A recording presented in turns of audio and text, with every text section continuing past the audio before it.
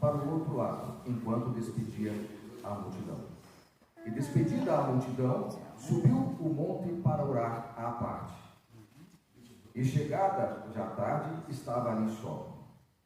E o barco estava já no meio do mar, açoitado pelas ondas, porque o vento era contrário. Mas, à quarta vigília da noite, dirigiu-se Jesus para eles, andando por cima do mar. E os discípulos, vendo-o andando sobre o mar, assustaram-se, dizendo: é um fantasma, e gritaram com medo. Jesus, porém, lhes falou logo, dizendo: tende bom ânimo, sou eu, não temais. E respondeu-lhe Pedro e disse: Senhor, se és tu, manda-me ir ter contigo por cima das águas. E ele disse: vem. E Pedro, descendo do barco, andou sobre as águas para ir ter com Jesus. Mas, sentindo o vento forte, teve medo e, começando a ir para o fundo, clamou, dizendo: Senhor, salva-me! E logo Jesus, estendendo a mão, segurou-o e disse: homem de pouca fé, por que duvidaste? E quando subiram para o barco, acalmou o vento. Então, aproximaram-se os que estavam no barco e adoraram-no, dizendo: és verdadeiramente o Filho de Deus. E tendo passado para o outro lado, chegaram à terra de Genezaré.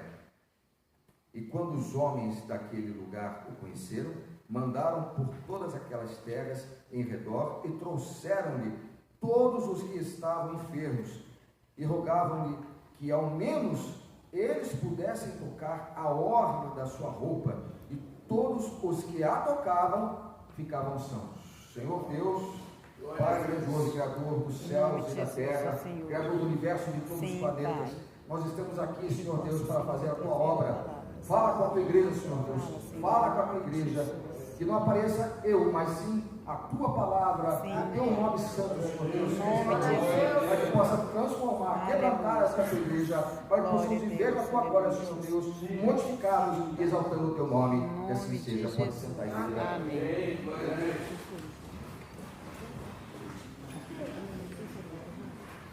Jesus Cristo salva? Sim. Jesus Cristo batiza no Espírito Santo? Sim. Jesus Cristo cura? Sim. E Ele voltará? Sim. Uma segunda vez? Sim. Como rei? Sim. E resgatará a sua igreja, amém? Amém. Quantas vezes vocês já ouviram essa passagem bíblica? Não é parábola, é verdadeiro. Não, é parábola, não é figurativo. Não é, é verdade. Quem crê nisso, levanta a mão. Aleluia. É verdade, é verdade. Só que existem questões que devem ser tratadas com cuidado nessa passagem bíblica. Até porque em Mateus, que nós tratamos agora, também essa passagem aparece em Marcos. E nós vamos utilizar de forma complementar uma coisa com a outra. Amém? Amém. O tema dessa pregação de hoje é: não desista, antes, porém, persista. Amém? E a quem se destina essa pregação? A todos aqueles, eu, vocês, que por vezes decidimos mudar as nossas vidas, estamos no caminho da modificação, da restauração, da reforma em nossas vidas, mas em algum momento nós titubeamos, nós balançamos a nossa decisão. Pensamos: puxa, será que está valendo a pena? Será que é isso mesmo? Será que é essa luz que eu devo perseguir? Será que é essa verdade que eu devo seguir? Essa pregação consiste em algo modificador, reestruturador da vida de vocês, meus irmãos e minhas irmãs. Amém? Amém. Olha só que interessante. Como é que é essa passagem? Isso aconteceu depois da multiplicação dos pães, depois de João Batista ter sido morto. Depois que os discípulos de Jesus viram tantos milagres acontecerem, mais esse aconteceu, o andar sobre as águas. E mesmo assim, eles não acreditavam quando viam Jesus fazendo alguma coisa. Mas será que é o Filho de Deus? Ah, sim, é o Filho de Deus. E muitas vezes nós agimos assim nas nossas vidas. Nós temos as Escrituras nas nossas mãos, nós ouvimos, aprendemos por ouvir as Escrituras, lemos, compreendemos, estudamos, mas em um dado momento nós Será que Ele é o restaurador? Será que Ele nos enviou os nossos pecados na cruz? Nós repetimos o mesmo padrão de comportamento dos seus discípulos, que há mais de 2000 anos fizeram a mesma coisa. Veja que interessante. Jesus está conosco em todo o tempo. Ele está vendo a nossa luta. Porque às vezes se pergunta, eles estavam na embarcação. Jesus mandou o pessoal, vão embora, vamos para o lado do mar. Eu encontro vocês depois. Ele nem fez essa promessa. Na verdade, ele foi até o Monte Olô. Ele deixou os seus discípulos, nesse momento, irem sozinhos. Numa outra oportunidade, eles estavam no mesmo barco, e quase por afundar esse barco, eles perguntaram, mas não é o Senhor, só quer que nós morramos? E Ele acalmou, como Senhor da natureza, como Senhor de todo o universo, acalmou a natureza, e o barco voltou ao normal, declarando com isso que Jesus, quando está embarcado conosco em nossas vidas, nós estamos seguros. Amém? Amém. Glória a Deus. Isso. Então, essa segunda oportunidade acontece a mesma coisa, só que Jesus não estava embarcado, Jesus estava orando, mas ele estava vendo o que estava acontecendo. Mas isso não está aqui, cara. Você relatou que ele subiu ao monte e foi orar, mas se nós formos até Marcos, capítulo 7, versículo 48, está escrito: e vendo que se fatigavam a remar, porque o vento lhes era contrário, perto da quarta vigília da noite, aproximou-se deles, andando sobre o mar, e queria passar-lhes adiante. Então Jesus estava atento ao que estava acontecendo. Jesus estava atento ao que está acontecendo. Jesus está vendo o que está acontecendo com a sua vida, com a vida de cada um de nós. Nada passa sem que Jesus saiba, perceba ou providencie. Aí eu quero saber o teu sentimento qual é. De desespero, de abandono, como os discípulos se encontravam naquela embarcação, quando viram, nossa, mas o que está acontecendo aqui? Uma tempestade, isso não é normal aqui. Onde está Jesus? Ele estava conosco da outra vez, na embarcação, e dessa vez não está conosco, mas ele sempre esteve olhando, sempre esteve orando no monte. Ele sabia, tanto é que sobre o mar, ele foi em direção àquela embarcação, segundo Marcos 48. Era necessário que eles passassem por mais esse momento de dificuldade. É necessário que nós passemos também por algum momento de dificuldade em nossas vidas, para termos certeza da nossa fé, da nossa crença, do poder de Jesus em nossas vidas, de que Ele pode transformar e nos salvar. Amém? Amém. Então ele se aproximou. E só andando sobre as águas, é um fantasma. O que é isso? É um espírito. É um espírito? O que é isso? Que anda sobre as águas? Em Jeremias, capítulo 29, versículo 11, nós encontramos o seguinte: em uma das horas mais sombrias da história de Israel, o profeta Jeremias escreveu que Deus conhece os planos que tem para nós. São planos para prosperar você e não para prejudicá-lo, planos para lhe dar esperança e um futuro. Isso está em Jeremias 29, 11, Antigo Testamento. Era esse sentimento que os discípulos deviam ter, mesmo antes de ver Jesus se aproximar andando sobre as águas. Nós vivemos milagres quando estamos dispostos a agir com fé. Daqueles discípulos que estavam embarcados, eles fizeram uma fileira por acaso, eles colocaram, vamos fazer uma fila indiana aqui, vamos atravessar aqui, vamos sair dessa embarcação, vamos em direção a Jesus, eles estão nos esperando, Ele vai nos salvar. Foi feito dessa forma? Somente um deles ousou romper com aquele estado de ânimo, com aquele desespero, com aquela tristeza, com aquele medo, e deu um passo de fé em direção a Jesus Cristo. E muitas vezes nós fazemos a mesma coisa, meus irmãos. Nós estamos em um grupo de pessoas que não querem mudar a vida, que têm medo de mudar. Estamos muitas vezes num estado, numa situação demais, sabe, inconfortável. E a mudança dói, a mudança dificulta, a mudança é terrível. Mas há necessidade de nós sairmos às vezes daquela manada, daquele monte de pessoas que não querem ou têm medo de mudança. e aqui vocês me perdoem, mas o vício nos coloca numa vida de conforto, de que não queremos a mudança, porque não nos dá prazer, seja lá por 2 segundos, 15 minutos, e nós não queremos mais mudar. E nós não queremos sair da embarcação, não queremos sair do meio daquela coletividade, daquele conjunto de pessoas. Nós não queremos dar um passo de fé em direção a Jesus.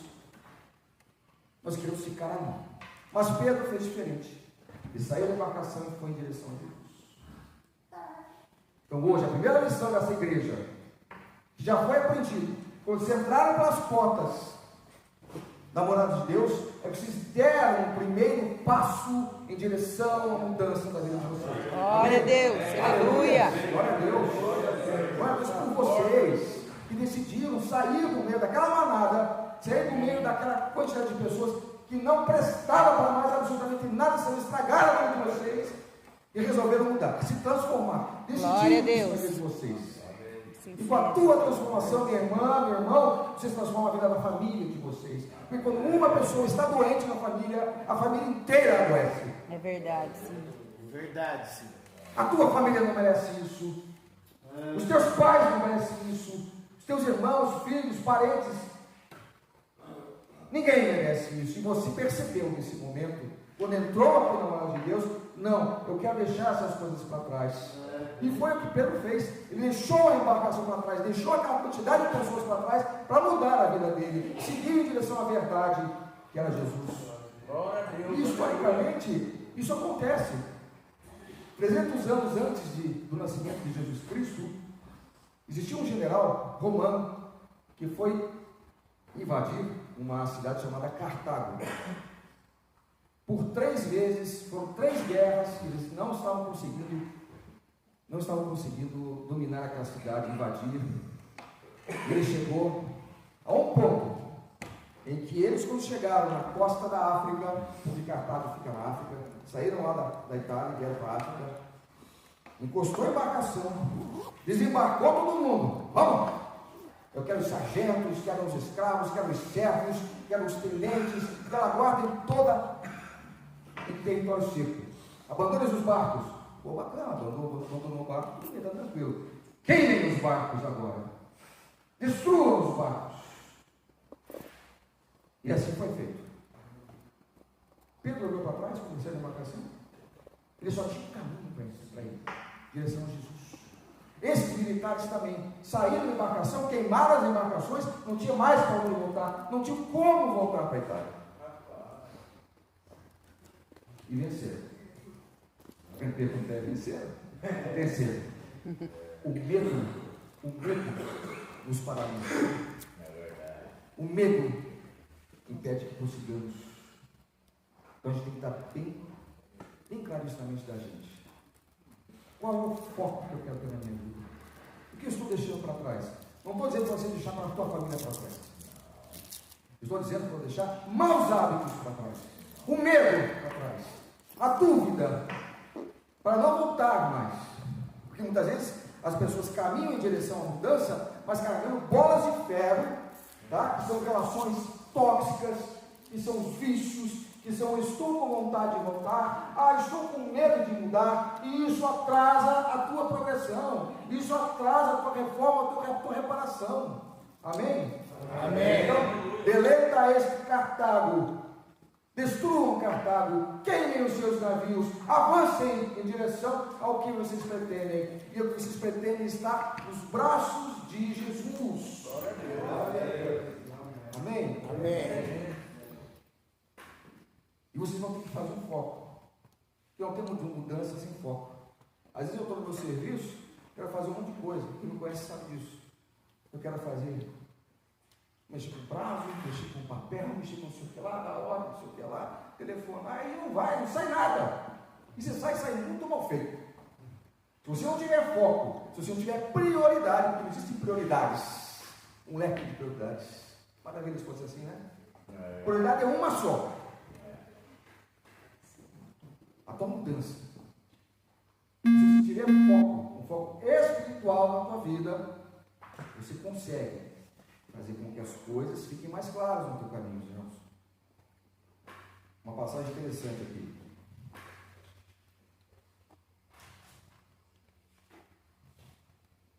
Em Colossenses, capítulo 3, versículo 2, versículo 1 a 2, está escrito que o apóstolo Paulo disse: visto que então você foi ressuscitado com Cristo, amém? Amém.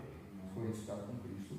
Coloque o seu coração nas coisas de cima, onde Cristo está sentado à destra de Deus. Concentre-se nas coisas do alto, não nas coisas terrenas. Não nas coisas terrenas. O que foi criado antes? O céu ou a terra? Primeiro os céus, depois a terra. Para que seja referência ao céu. Para que seja referência ao céu. Não a terra, não as coisas mundanas, não os erros que nós cometemos, não os nossos vícios, não as nossas relações tóxicas, mas sim os princípios de Deus. Verdade. Isso está em Gênesis. Primeiro foram os céus, para que fosse um princípio moral para as nossas vidas, e depois a terra. Amém? Amém.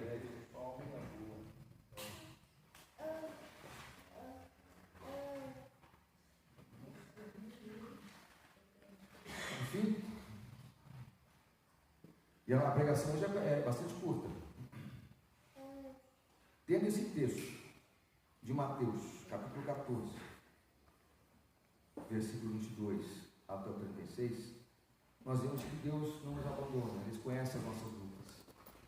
Ele só espera que nós tenhamos um momento de agir com fé em direção. Ele vai estar lá próximo de nós. Mas Ele precisa que nós façamos um trabalho muito pessoal, de abandonar as coisas que nos prendem aos nossos erros naturais. As coisas mundanas, para que nós possamos agir de uma forma correta. Jesus conhece as nossas dores e as nossas dúvidas. Verdade, sim. Jesus está te dizendo agora, igreja, abandone, deixe para trás as suas dúvidas. Apenas creia que Ele pode, vai e está no controle de tudo. Amém.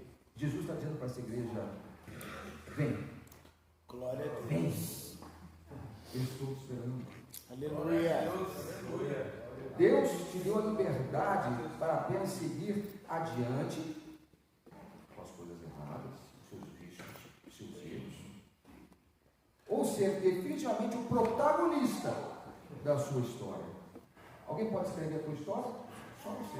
Alguém pode contar a sua história com todos os detalhes? Só você. Então seja protagonista. Não deixe que outro venha e escreva lá embaixo do livro da sua história, o livro da vida. Ah, aqui ó, o Ricardo está contando a história da Rosângela. Eu não sei quais são as dores, quais são as flores, quais são as críticas, o que de forma específica atua na vida da pastora Rosângela. Só ela sabe dizer. O universo dela, de conhecimento, só ela e Deus sabe. Não vá com os outros, não espere com os outros, entregue-se a Deus e entregue a sua vida a nosso Senhor Jesus Cristo. Não seja como aqueles discípulos que ficavam na embarcação enquanto apenas um. Seja um Pedro. Seja um Pedro. Encontre um Barnabé na sua vida. Já ouviu falar de Barnabé? Barnabé acreditava nas pessoas. Você tem que ter ao teu lado pessoas que acreditam em você. Paulo não acreditava em alguns discípulos. João Marcos. Não acreditava em Marcos. Barnabé falou assim: não, esse camarada aqui não. Esse rapaz aqui é bom. Paulo, não quero ele. Esse é bom. Então tenha do seu lado pessoas que te estimulem, não te joguem para baixo. Glória a Deus. Coloquem o espírito de derrota. Aleluia. Isso ficou para trás. Glória a Deus. Amém? Amém. Igreja, vamos nos levantar? Feche seus olhos e coloque a mão no seu coração. E proclame. Jesus. a ti entrego a minha vida. Deixo para trás o que me prejudica, o que me levava ao erro. Hoje, decido seguir os teus passos, o caminho, a verdade e a vida. Vamos à coordenação de Jesus.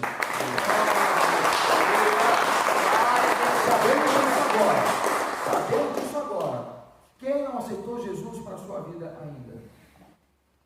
Quem não aceitou Jesus? Quem aceitou e rompeu essa aliança com o nosso Senhor Jesus Cristo? Lembra que Ele morreu na cruz pelos nossos pecados?